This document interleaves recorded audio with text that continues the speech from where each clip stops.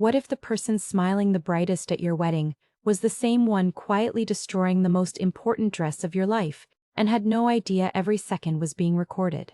My name is Emma Caldwell, soon to be Emma Hayes, and that morning at Willow Creek Estate felt like something out of a dream I had waited years for. Sunlight poured through the tall windows of the bridal suite, soft and golden, catching every detail of the lace on my custom wedding dress. It hung there like it belonged in a magazine, untouched, perfect, almost unreal. I remember thinking I had finally made it to the safest day of my life. Ryan was downstairs with the guests, and everything outside the suite buzzed with calm excitement. Inside, it was quiet enough to hear my own breathing. That's when Brooke knocked. Ryan's sister always had this way of smiling like she was on your side, no matter what. Warm. Helpful. The kind of person who made you lower your guard without realizing it. She stepped in wearing that same familiar expression and gently offered to steam my dress so it would be flawless for the ceremony. I actually felt grateful. I even laughed lightly and told her she was a lifesaver. I remember handing it over without hesitation. That's the part that still plays in my mind the most.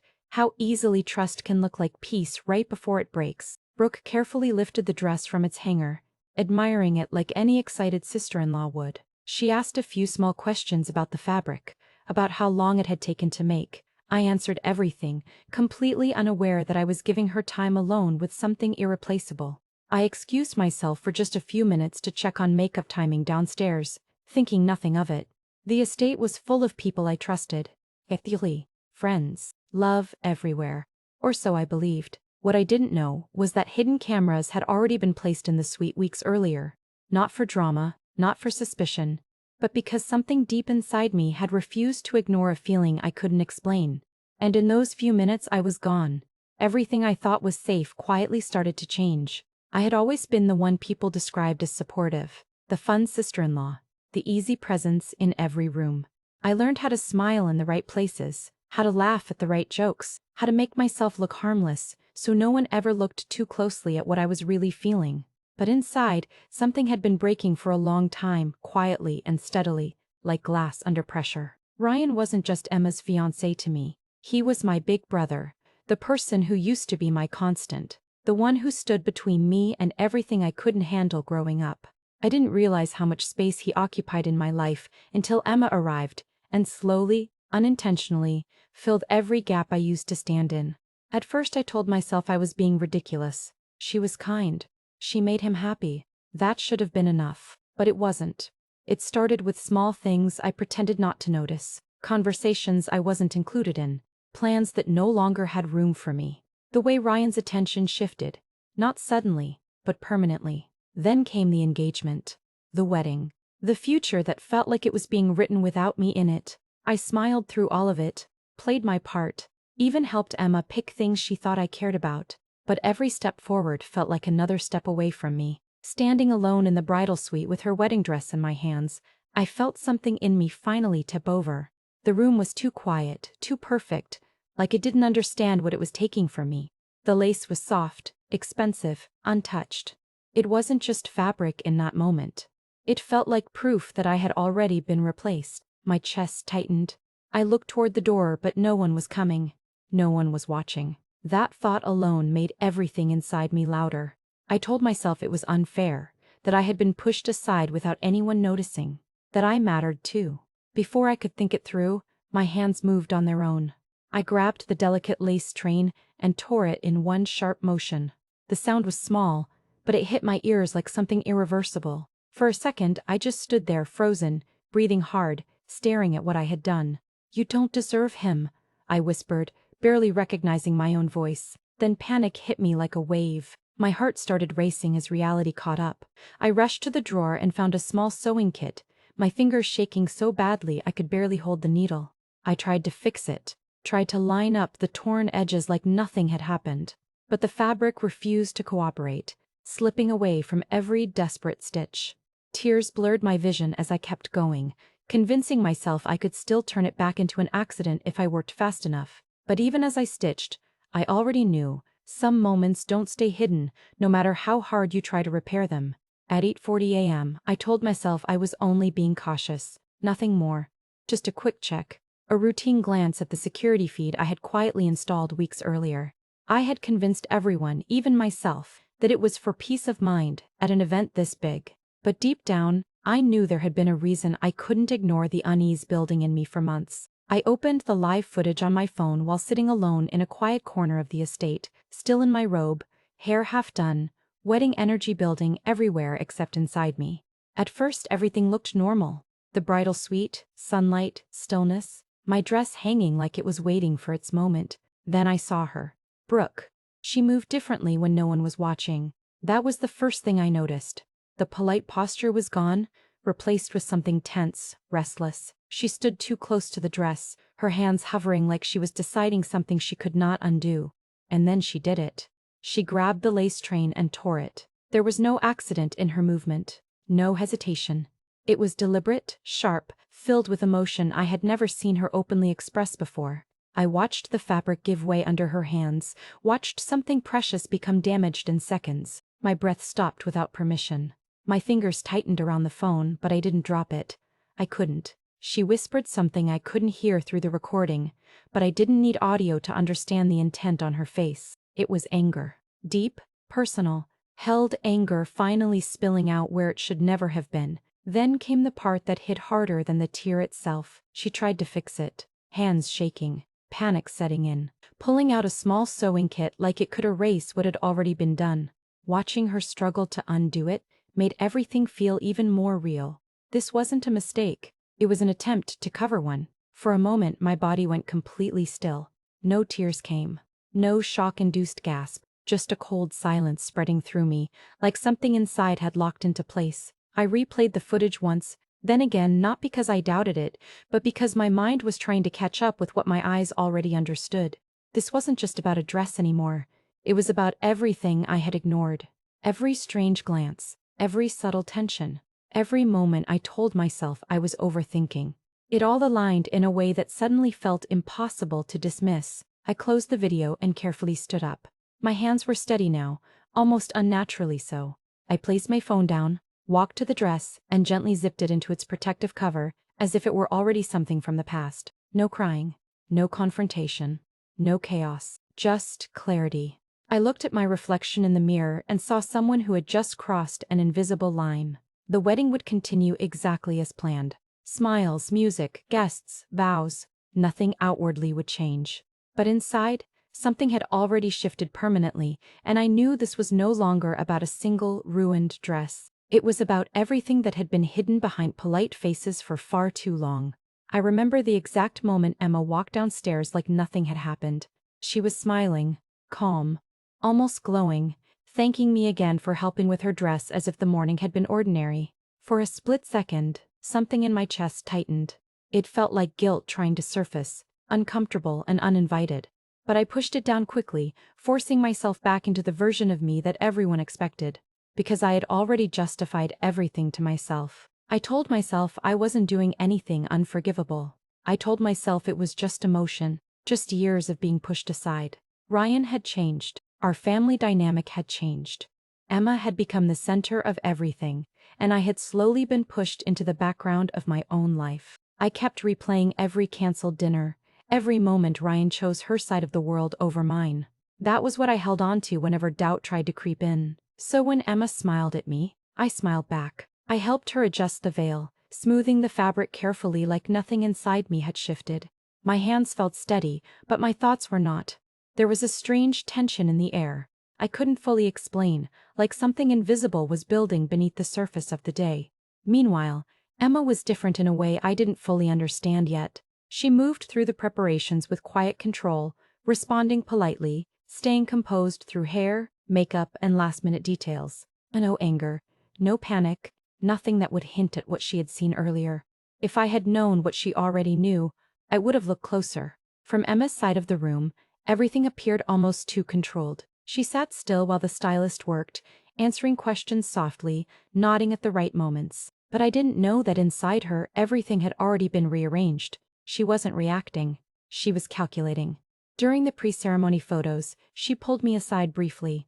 Her best friend Lauren and two of her cousins were nearby, adjusting outfits and laughing softly, completely unaware of what was about to shift. Emma didn't raise her voice. She didn't even change her expression much. She simply showed them something on her phone. The footage. I didn't hear what was said. I only saw the way their expressions changed. The laughter stopped. The curiosity disappeared, replaced with something sharper, more serious. Shock, then disbelief, then silence that carried more weight than any argument. I expected chaos, questions, immediate confrontation, but it didn't come. Instead, Emma just put her phone away and continued getting ready like nothing had happened. That was what unsettled me the most, because the truth wasn't being shouted. It was being shared quietly, carefully, like a thread being pulled through the fabric of the entire morning without anyone noticing yet. And I had no idea how many people had already started seeing it. The ceremony felt like something suspended outside of time. Soft music drifted through the garden at Willow Creek Estate, blending with the rustle of leaves and the quiet anticipation of hundreds of guests. Everything looked carefully arranged, almost unreal in its perfection.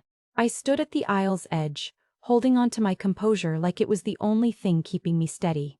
Ryan was waiting for me. The way he looked at me should have erased every doubt in my mind. His eyes carried warmth, certainty, love that felt grounded and familiar. As I walked toward him, every step echoed louder in my chest than in the open air. When our hands finally met, it felt like the world narrowed down to just that moment between us. I meant every word of my vows, every promise, every breath. I wasn't pretending. I wasn't distracted in the way people might assume. I was present, fully, even as something deeper inside me remained alert and awake. Because in the back of my mind, I kept seeing it. Brooke's hands tearing through my dress. That single image refused to leave, no matter how beautifully everything unfolded in front of me. It didn't disrupt my voice, but it stayed like a second layer behind every smile I gave. The ceremony continued flawlessly, yet I could already sense something subtle shifting among the guests closest to me. Small glances, quiet murmurs, a tension I didn't need to explain to understand. The family side on my left had begun whispering, not loudly, not enough to disturb the moment, but enough for me to notice the change in energy. Conversations paused when I looked their way, eyes lowered, then shifted back toward Brooke more than once, as if pieces were already connecting in their minds. I didn't react. I didn't need to. Brooke, standing among them, smiled through the entire ceremony like she belonged perfectly in that space. Her expression was practiced, controlled, almost convincing. When Ryan and I said, "I do," she clapped along with everyone else, lifting her chin slightly as if nothing in her world had been shaken. But I could see it differently now. To her, this moment wasn't just a wedding. It was a statement she believed she had already responded to in her own way. She had told herself a story where what she did made sense, where it balanced something she felt had been taken from her. I didn't need to hear her thoughts to understand that she was holding on to her version of justification. She posed for photos afterward with the same polite smile, adjusting her posture whenever a camera turned her way. She still believed she was unseen, still safe inside her assumption that nothing had changed outwardly. But I knew better.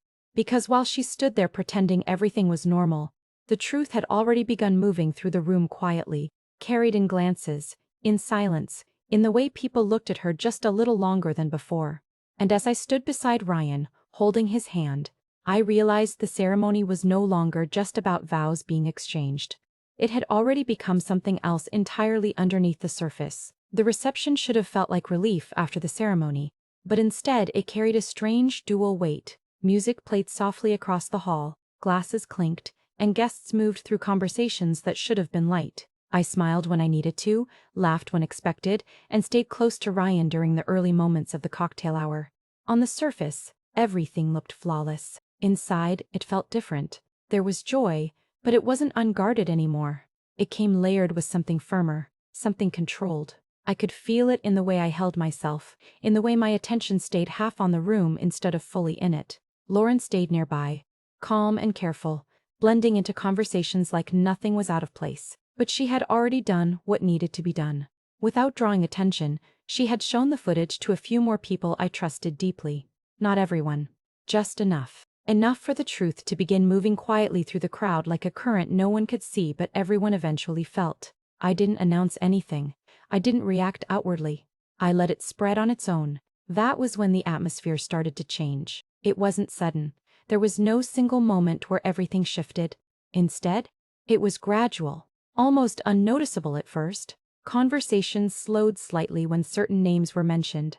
Smiles held a second too long before fading. People began observing more than engaging. And in the middle of it all, Brooke still smiled. She moved through the reception like everything was normal, greeting guests, posing for photos, standing close to family as if nothing beneath the surface had changed. But I noticed the difference in her now. The way her eyes didn't stay still for long. The way she scanned faces a little too often, as if trying to read something she couldn't find. Her confidence had edges now.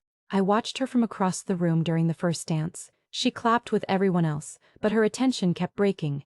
There was hesitation in her movements that hadn't been there before, like she could feel something pressing in from all sides but couldn't identify the source. Meanwhile, I stayed still inside my own calm. I let the tension exist without interrupting it. No confrontation yet. No exposure in full. Just awareness building quietly in the space between people. Brooke's perspective of the evening was shifting without her full understanding. She started noticing the smallest things first. A cousin looking away too quickly. A group of friends suddenly going quiet when she passed. Aunt Carla avoiding her gaze altogether, focusing on her drink instead. It didn't make sense to her at first, which made it worse. Then she saw Emma's friends gathered near a table, leaning close over a phone. Their expressions changed the moment she approached. The laughter disappeared instantly, replaced with something unreadable. One of them slipped the phone away too fast. That moment lingered. Because it wasn't loud. It wasn't direct. But it was enough to twist something inside her. By the time the reception lights softened and the music shifted into slower rhythm, the room no longer felt the same to either of us. One of us was watching everything unfold with control. The other was starting to feel what it meant to be watched without knowing how long it had already been happening. After the parent dances ended, the atmosphere in the hall felt softer for a moment, like the event had settled into its final rhythm. Music flowed gently, lights dimmed into warm tones, and guests assumed the night was simply moving toward its peaceful conclusion. Ryan and I stepped back onto the dance floor for another slow song, his hand steady on my waist, mine resting on his shoulder as if nothing in the world had shifted. But everything had already shifted. I didn't look around too much. I didn't need to. I could feel the room the way you feel, weather changing before a storm arrives. Conversations were quieter than before, attention slightly more focused, like people were unconsciously waiting for something they couldn't name. Lauren stood near the side of the hall. Our eyes met once, briefly. That was enough. I gave her the signal. It wasn't dramatic, just a small, almost invisible nod, the kind of movement no one would notice unless they were already looking for it. But she understood immediately. A second later, the projector screen at the far end of the hall flickered. The slideshow that had been playing our wedding highlights froze mid-image. Smiling photos from earlier moments of the day hung suspended for half a heartbeat. Then the screen went completely dark. Silence spread faster than sound ever could. People began to look up, confused at first, thinking it was a technical glitch. A few guests chuckled softly, assuming it would reset. But it didn't. Instead, a new frame appeared. The footage began. Clear, sharp, unmistakable, time-stamped. There was no music over it, no soft filter, no attempt to soften what was being shown. Just raw reality. Brooke in the bridal suite, my wedding dress in her hands, the deliberate tear through the lace, slow enough to be intentional, harsh enough to be undeniable. Every movement was visible. Every pause between decisions felt heavier in hindsight. Then her voice, low but clear enough to carry intent, whispering words that didn't belong anywhere near a day like this. The attempt to repair it followed immediately after. Shaking hands, panic setting in too late. The sewing kit appearing like a desperate afterthought that could never undo what had already been chosen. The entire hall froze. At first, there was confusion. A collective hesitation, like the room itself was trying to understand what it was watching. Then recognition spread. Then disbelief. Then shock that rippled outward until it reached every corner of the venue. Gasps rose almost in unison. 200 guests reacting at once. Chairs shifting, glasses lowering mid-air. Conversations collapsing instantly. People leaned forward without thinking, as if proximity could somehow change what was already undeniable. I kept my expression steady. Ryan's grip on my hand tightened slightly, but he didn't speak, neither did I. There was nothing immediate to say that wouldn't be swallowed by what was unfolding in front of us. The footage didn't pause. It continued playing, scene after scene, leaving no space for interpretation or denial. Every second added weight to what the room was already beginning to understand. And in that silence filled with collective shock, the truth finally stopped being something whispered between a few people. It became something everyone had to witness at the same time. I didn't understand what was happening at first. One moment I was standing among guests, still trying to convince myself everything would pass as normal. And the next, my entire world was on a screen larger than anything I could escape. My face, my hands, my mistakes unfolding in front of 200 people who suddenly stopped seeing me the way they always had. The hall didn't feel like a celebration anymore. It felt like exposure. Every second of that footage played louder in my head than it did through the speakers. I saw myself tearing through the wedding dress, the motion sharp and irreversible. I saw the anger I had buried for so long finally spilling out into something visible. Then came the shift I had tried to prevent from the beginning. The panic, the frantic stitching, the realization that fixing it was impossible anymore. But seeing it through everyone else's eyes was different. It stripped away every justification I had held onto. Ryan stood frozen beside Emma. I watched his expression drain in real time, like something inside him had collapsed without warning. The warmth that always defined him was gone, replaced by something I had never seen before. Disbelief first, then something heavier, hurt, that didn't need words.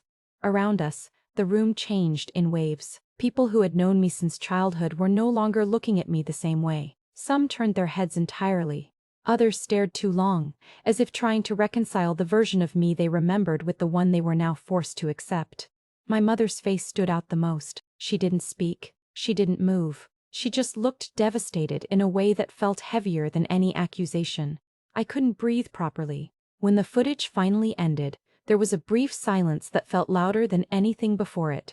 The screen went dark again, but nothing in the room reset with it. Whatever had been shown stayed suspended in everyone's mind. Then Emma stepped forward. She didn't rush. She didn't shout. She simply took the microphone as if she had already prepared for this moment long before the day began. Her voice was steady, controlled, and painfully calm. She didn't add emotion where it wasn't needed. She didn't exaggerate what everyone had just seen. She only named it. Truth without noise. That made it worse. I remember trying to say something, but no words came out in time to matter. The room was no longer waiting for explanations. It had already decided what it understood. Ryan turned to me then.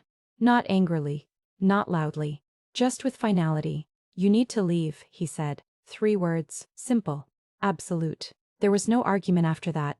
No space to rebuild or explain. The distance between us widened instantly, not physically at first, but in everything that mattered. I stood there while the realization settled fully into my chest. This wasn't just embarrassment. It wasn't a moment I could walk away from and recover later. It was permanent, public, irreversible. And as I looked around the room one last time, I understood that the version of me everyone thought they knew had already been erased in front of them. The reception didn't end the way weddings are supposed to end. There was no seamless return to celebration, no easy laughter restoring the atmosphere. Instead, everything carried a strange weight, as if the air itself had changed after what everyone had witnessed. Music still played softly in the background, but it no longer belonged to the same moment. Some guests stayed out of politeness, lingering in small clusters, speaking in low voices. Others left quietly, offering brief hugs or awkward goodbyes that felt heavier than usual. A few came to me directly, holding my hands a little longer than necessary, as if trying to silently communicate support without reopening what had just unfolded. I remember feeling oddly distant from it all, like I was observing my own life from just outside it. Ryan stayed close to me through the remainder of the night. During what became our final slow dance, he held me tighter than before, as if trying to anchor something that had already shifted. There was regret in his voice when he finally spoke about Brooke, not in defense of her, but in recognition of something he had failed to see. He admitted he should have noticed earlier, should have understood the tension building beneath the surface. I didn't need perfection from him in that moment. I only needed honesty. And he gave me that. In the days that followed, the world slowly adjusted to what had happened. Life didn't pause, but it changed shape. Conversations shifted away from shock into reflection. Some people checked in more than once. Others quietly stepped back. Ryan and I moved forward carefully, rebuilding trust in ways that didn't feel dramatic, but were deeply intentional.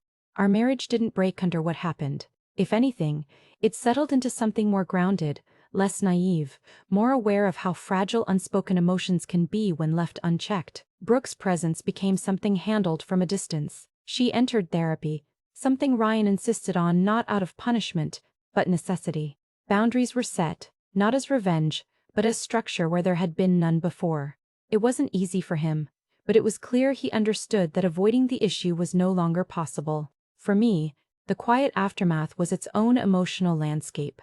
I protected my peace carefully, choosing what to engage with and what to step away from. Yet even in the calm, there was a mix of relief and sadness that didn't resolve quickly. Relief that the truth was no longer hidden, sadness for how it had surfaced at all. From Brooke's side, everything had collapsed in a different way. She didn't just lose control of a moment. She lost the version of herself she had been protecting for years. The jealousy that had lived quietly inside her was no longer private. It had a witness now, a permanent shape in the memory of everyone who saw it. She lost Ryan in a way that wasn't loud or dramatic, but absolute. Not just his trust in that moment, but something deeper that couldn't simply be rebuilt with time or apology. And what stayed with me most was this: I hadn't needed to raise my voice for everything to change.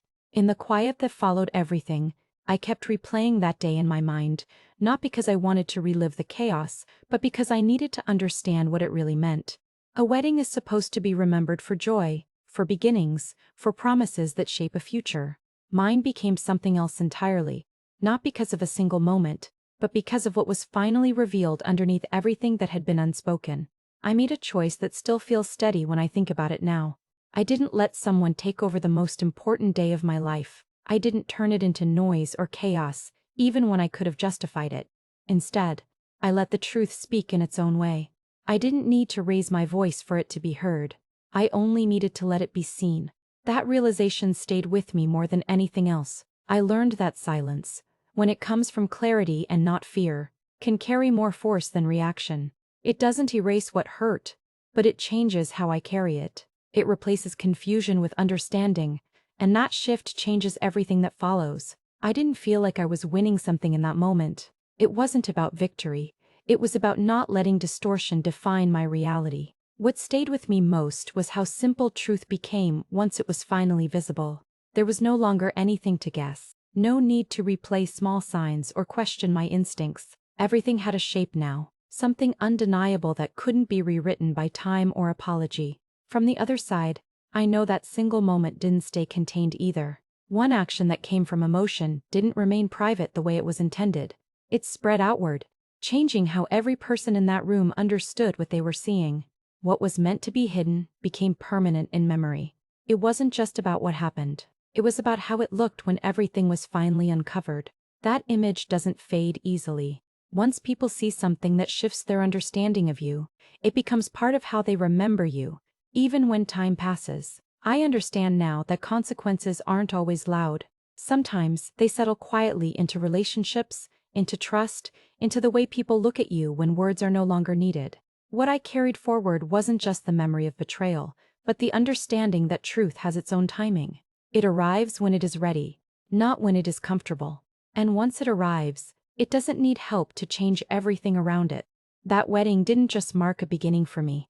It marked a turning point in how I understood silence, truth, and everything that exists between the two.